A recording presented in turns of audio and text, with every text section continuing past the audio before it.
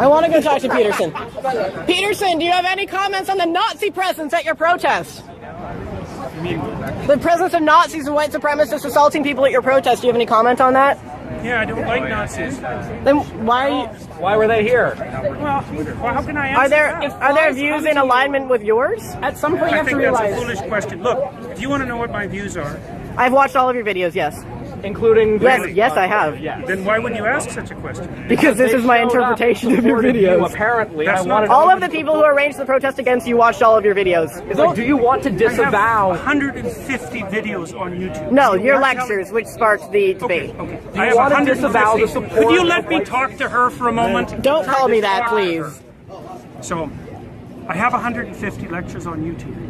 There's 500 hours of my views. Do you really think that you're worth all of that time? So look, I will answer your question, okay? I've studied Nazism for a very long time. It's been 4 decades, and I understand it very well. And I can tell you that there's some awful people lurking in the corners, and they're ready to come out. And if the radical left keeps pushing the way that sounds very much like a threat. They're going to come. That sounds very much like a threat. That sounds very much like a threat. Would you like to disavow the physical violence? Trans people were physically assaulted at this rally in your name. Would you like to disavow that violence? Yes.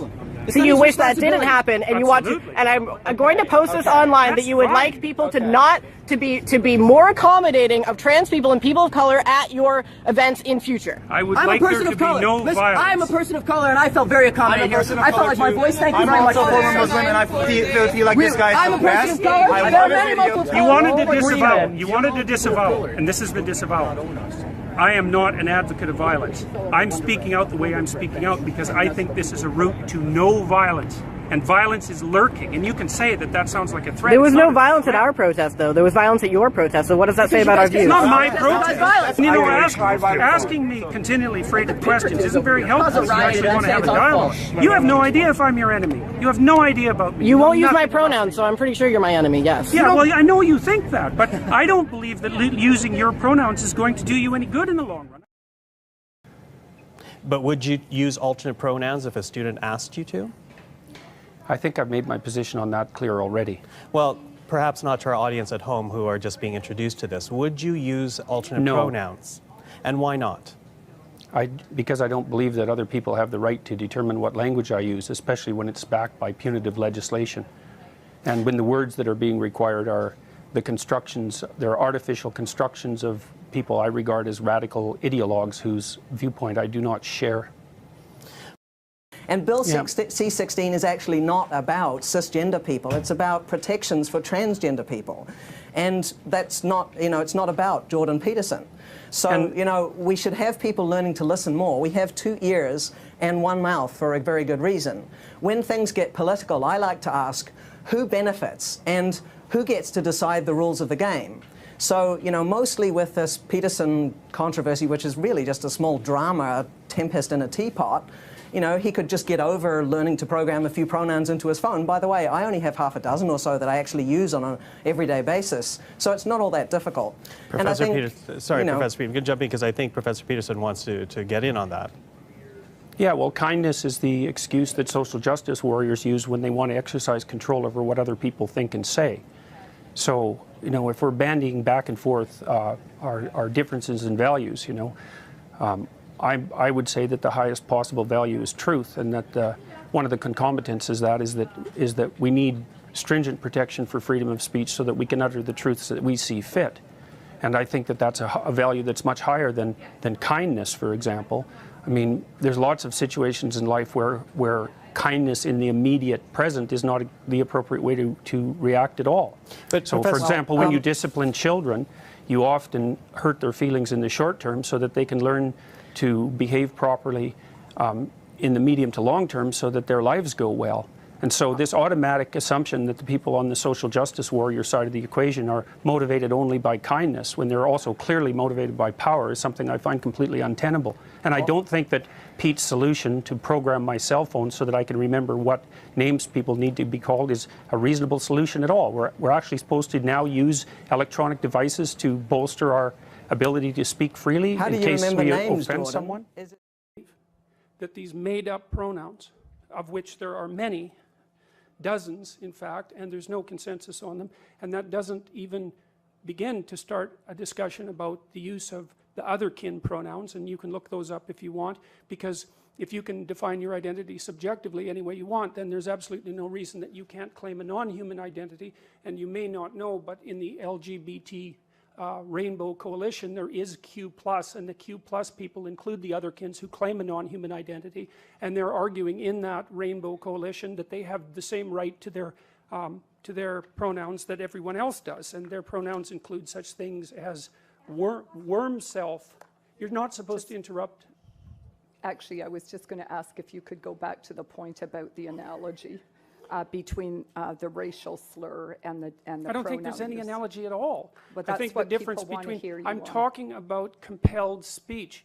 There's a difference between saying that there's something you can't say and saying that there are things that you have to say. And I regard these made-up pronouns, all of them, as the neologisms of radical PC authoritarians. Do you understand that? And I'm not a fan of that sort of person. And the reason I'm not a fan of that sort of person is because I've done my homework. I've read everything I can get my hands on in the development of authoritarian political systems, and I know the literature inside out and backwards. And I am not going to be a mouthpiece for language that I detest. And that's that.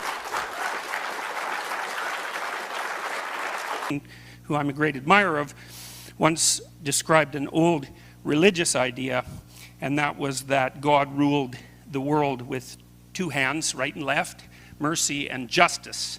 And the world couldn't survive if only mercy applied, because then no one would ever be encouraged to adopt the trappings and responsibilities of adulthood. You end up in a situation where you're forgiven for absolutely everything you do or fail to do. You're thrust into the Freudian nightmare of the Oedipal family, where your utter uselessness is forgiven on the grounds of compassion, and you end up living in your mother's basement until you produce fantasies as a consequence of your squelched development of perhaps going out and shooting up a high school. Mercy, in its excess, produces pathology. Justice, in its excess, produces pathology too, because people are not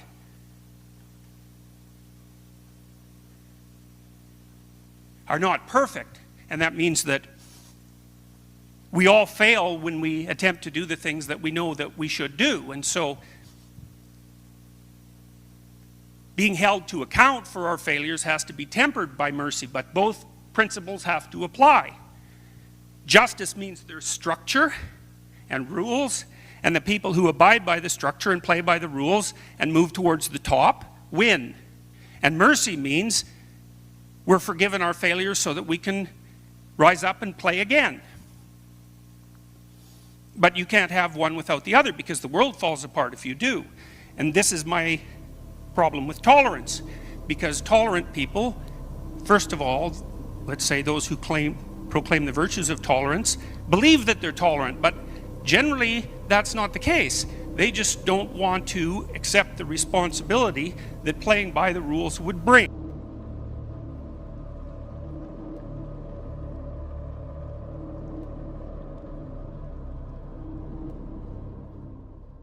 One of the problems with postmodernism is that, and this is a big problem, like this is a fatal problem, apart from the fact that it's incoherent and there's no value structure in it, and it's fundamentally divisive and destructive. There's a logical problem with it too that's even worse. And so you might be noticing that the LGBT set of acronyms keeps growing, eh? And it's kind of a form of its own parody in some sense. It's like, well, I'm oppressed. It's like, yeah, you are.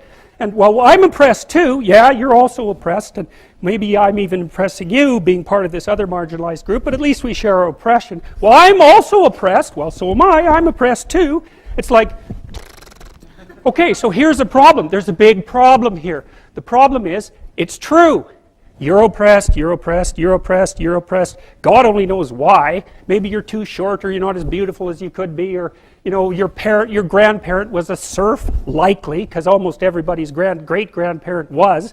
It's like, and you're not as smart as you could be, and you have a sick relative and you have your own physical problems, and it's like, frankly, you're a mess. And you're oppressed in every possible way, including your ancestry and your biology, and the entire sum of human history has conspired to produce victimized you with all your individual pathological problems. It's like, yes, true.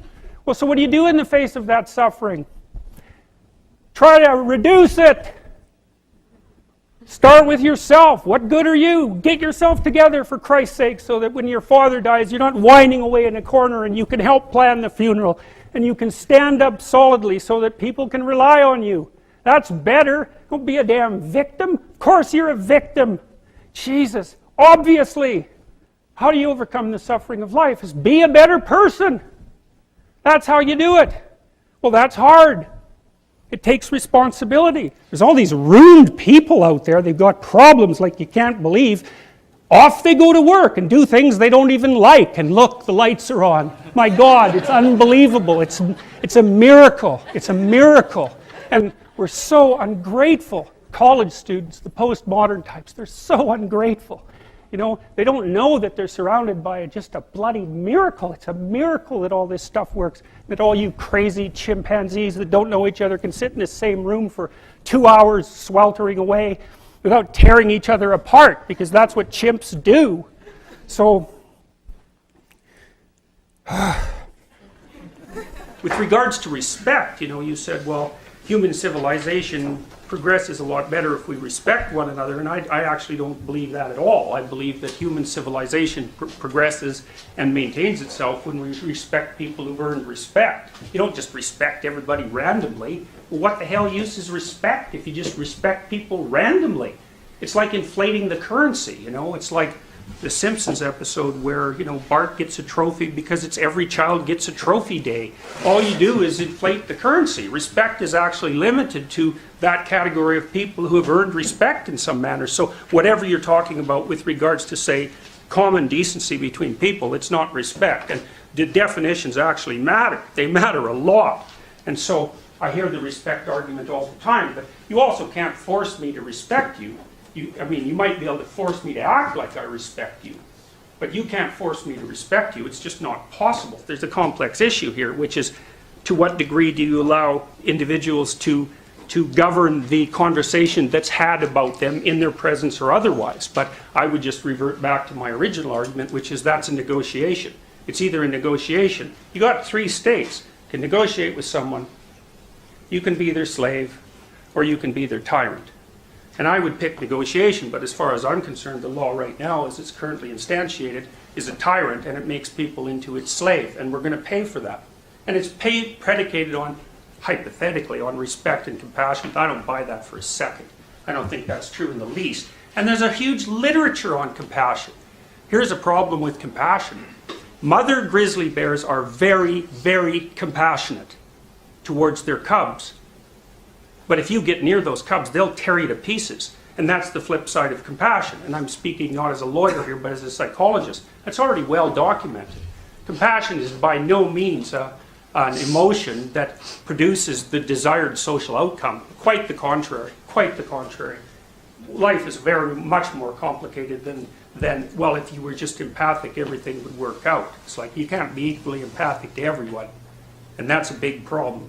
They basically, in order to not bother anyone who they had consulted with, they decided, for example, that gender identity should be nothing but subjective choice, which is, I don't even know what to say about that. If you're a psychologist and you have any sense at all, that's a completely insane proposition. It's, first of all, predicated on the idea that your identity is your subjective choice.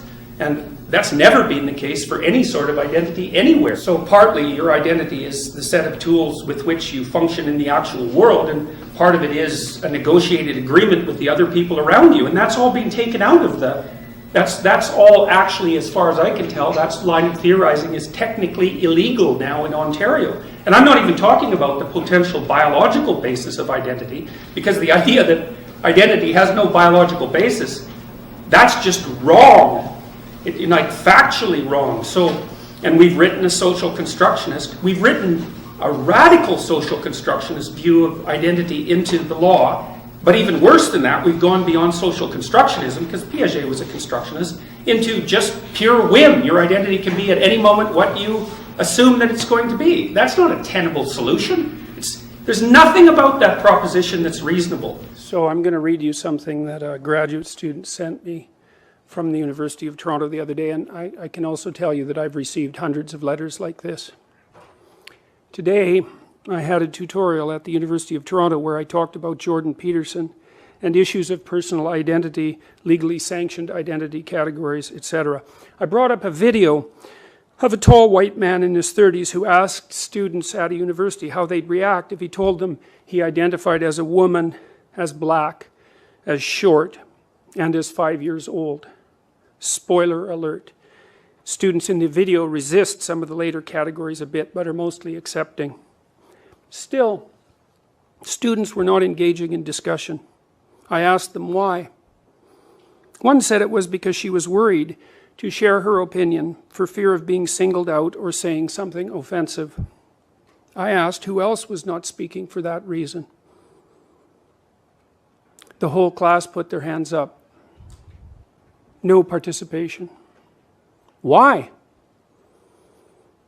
They weren't uninterested. They were afraid to speak their minds. I'll start with lawyer one, who was the counsel to several prime ministers. He talked to me about the Human Rights Tribunal because I went and saw him 2 weeks after this all started. Human Rights Tribunal is a kangaroo court, in my opinion, and it should be abolished as fast as possible. It's one of the many institutions in Canada that pose a threat to your freedom that is of almost unimaginable proportions. Here's what this top lawyer told me. If I'm taken in front of the Human Rights Tribunal, it will cost me $250,000. I will pay the legal costs for my opponents, and I will lose. He said, go back to your safe little life and shut your mouth. The proposition that your identity is somehow unmoored from a reality outside of your subjective, say, in linguistic space is also, it's wrong. There's no other way of putting it. So, like, and this is written into the law already. So the proposition is that biological sex, which many of the holders of saying what admiration for this law don't even believe exists, which I don't even know what to say about that, but the proposition is that biological sex, gender identity, gender expression, and sexual preference vary independently. That's the law. And it's wrong. It isn't even close to right. The bloody Human Resources Department at the University of Toronto has adopted an equity position. Okay, so what equity means is that it doesn't mean equality of opportunity. It means equality of outcome. And that is, so this is the idea. The idea is that you take a social institution like a university, and then you look at the organization of that university at every single strata, from the executive level all the way down to the student level. Then what you do is you do an analysis of each level by community demography, right? You get to define the demographic characteristics that you're going to discuss, however, which is actually a big problem. Then you make the presupposition that unless that organization at every level matches the demographic representation of people at every level, then it's corrupt, oppressive, and discriminatory, and it needs to be changed. Okay, so you think, well, what's wrong with that? Every level should have 50-50 men and women, let's say. It's like, you're really sure about that, are you? You're so sure about that. You don't think there's any natural differences in interest between men and women? Well, if you don't think so, then why are most psychology classes 80% women? And that differentiation is accelerating rapidly, like I've seen it over the course of my career, from maybe 60% men at the beginning of my career to like 80% women now. And men occupy more of the positions in the STEM fields, at least for now. It's the same in bloody Scandinavia. It's 20-to-1 nurses, 20-to-1 women to men nurses in Scandinavia, and 20-to-1 men to women in engineering. And that's in Scandinavia. And so what's happened in Scandinavia, as they've made the society more egalitarian in terms of its legal and social structures, is that the gender differences in personality between men and women have got bigger, not smaller. So what that means is that social constructionism isn't wrong. That's what it means. Wrong. Disproved. It's exactly the opposite of what the theory would have predicted, because the theory predicted, and God only knew how it was going to sort itself out. It's not like people knew this to begin with. The idea was that as you equalized the social structure, that the differences between men and women would disappear. Guess what? That didn't happen. And it's not studies of just a few hundred people in a few locations. Those are population-wide studies, and they've been replicated multiple times. So, and the funny thing is that, so there are temperamental differences between men and women. And neuroticism and agreeableness are not the only temperamental differences. So if you fragment extroversion, it fragments into assertiveness and gregariousness. Women are more gregarious, men are more assertive. If you fragment conscientiousness into orderliness and industriousness, women are more orderly and men are more industrious. If you fragment openness, which is the creativity dimension, into interest in ideas and interest in aesthetics, you find that women are more interested in aesthetics and men are more interested in ideas. So because you can fractionate the big 5 into 10, you get gender differences across all of them, and they're not trivial either. They make a difference. So, okay, so anyways, back to the equity thing of all the preposterous and idiotic ideas. So, first of all, to make gender equity across every dimension of an organization, you have to assume that men and women have identical interests and temperaments, and that if they don't, the state should intervene to bloody well ensure that they do, which is something for all you women to figure out, because now there's many positions in society that women preferentially occupy. So what are you going to do about that? And what are you going to do about the Asians? Because they occupy preferential positions as well. You know, they're overrepresented in all sorts of professional institutions. And the probability is that that's going to increase. What are you going to do about that? What about the Jews? What are you going to do about them? Because they're in the same position as the Asians. You're going to put quotas on all those people? What kind of stupidity is that? And then it's worse too, because let's say you equalize women, and just for the sake of argument, across all these different dimensions of society. Well, then what are you going to do? Are you going to equalize for black women and Latino women and Asian women? Are you going to subtype black women? Because it's not like they're all the same. Are you going to ensure that women from lower classes are represented just as much as women from upper classes? And how many generations back are you going to go to check that? What about intelligence? What about attractiveness? How about height? How about weight? So the problem with the fractionation by group identity is that it's endless. There's no way of ensuring equality across groups because there's an infinite number of groups. You can fragment group identity all the way down to the level of the individual, which is exactly what you should do, which is what we already did in the West. We figured, well, the ultimate diverse population is a population of individuals, so you let the individuals sort it out. No, we're going to replace that with group. Well, what that means for the bloody social activists is that they'll be able to play this game forever because you can continually fractionate group identity ad nauseum, and so the system will never be equal. And you can bloody well be sure that as we implement social policy to make sure that all outcomes are equal, that the amount of space that you personally are going to have to maneuver in is going to shrink and shrink and shrink and shrink. We've already seen that happen in many societies. You'd think we would have learned from the 20th century. I was just going to ask if you could go back to the point about the analogy between the racial slur and the I don't think there's any analogy at all. But that's I think what the difference people want to hear you I'm on. talking about compelled speech. There's a difference between saying that there's something you can't say and saying that there are things that you have to say. And I regard these made-up pronouns, all of them, as the neologisms of radical PC authoritarians. Do you understand that? And I'm not a fan of that sort of person. And the reason I'm not a fan of that sort of person is because I've done my homework. I've read everything I can get my hands on in the development of authoritarian political systems, and I know the literature inside out and backwards. And I am not going to be a mouthpiece for language that I detest. And that's that.